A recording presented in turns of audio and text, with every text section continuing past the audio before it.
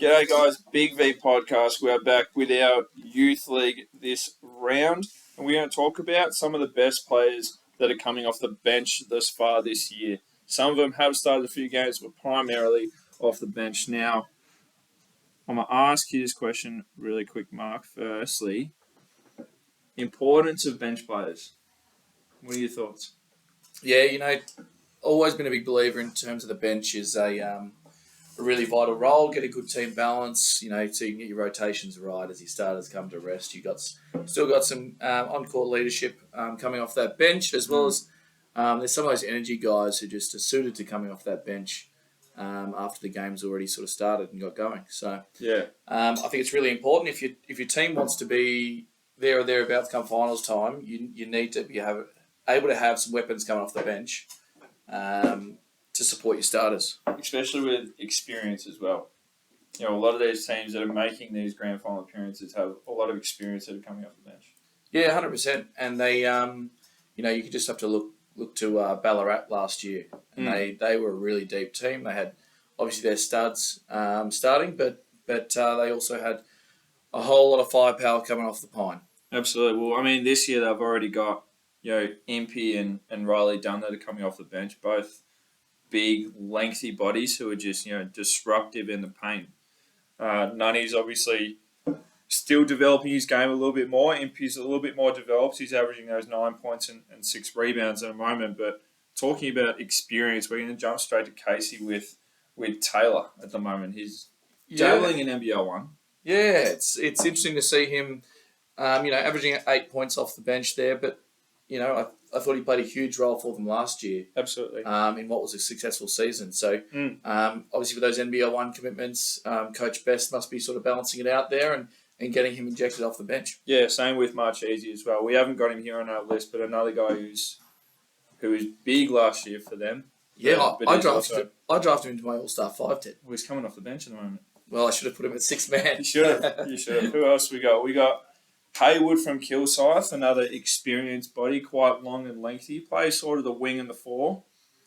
Yeah, so he does a bit of everything. I think that's what a good weapon to have off your bench. A bit of versatility. He can rebound the ball. He distributes it pretty well, but he can also score the thing. Yeah, absolutely. And Adams as well, coming off the bench, just a little bit of a weapon there. Can shoot the ball quite well. Has probably not been as productive as we thought he might be. He is shooting at 28%, 7 of 25, but another guy who adds value. Tell you when he did shoot well, when I was playing against him on a Wednesday night in the North East D-League last year, he, funnily enough, I was defending him and he got hot. Of course so he has it in him. Of course he did. Now we have a player who was in the 20s campaign at the start of this year, Shea Brogan from Knox, has played every single game at the moment, came off the bench. He's averaging 10 points and he's 30% from 3, so he's a very aggressive player. He gets on a ring and he gets on a line as well. Yeah, what a handy pickup for Knox to get there. And I had the pleasure of coaching young Shea for a season down at the mighty Coonung Comets. And he's really strong left-hander, plays extremely hard, is a real tough competitor. Yeah, absolutely. Now, Melbourne Tigers, when they have a full squad, they're extremely deep. Elite. Because they have some insane talent that come down from NBL 1 with the likes of Taj and Gaze and just everyone else really. But Shrewey off the bench, who's averaging 10 points per game and he's shooting at 41% from 3. Yeah, unbelievable. To have this him as an option off your bench, I think he'd probably start for most of these teams in this league. I think he probably would.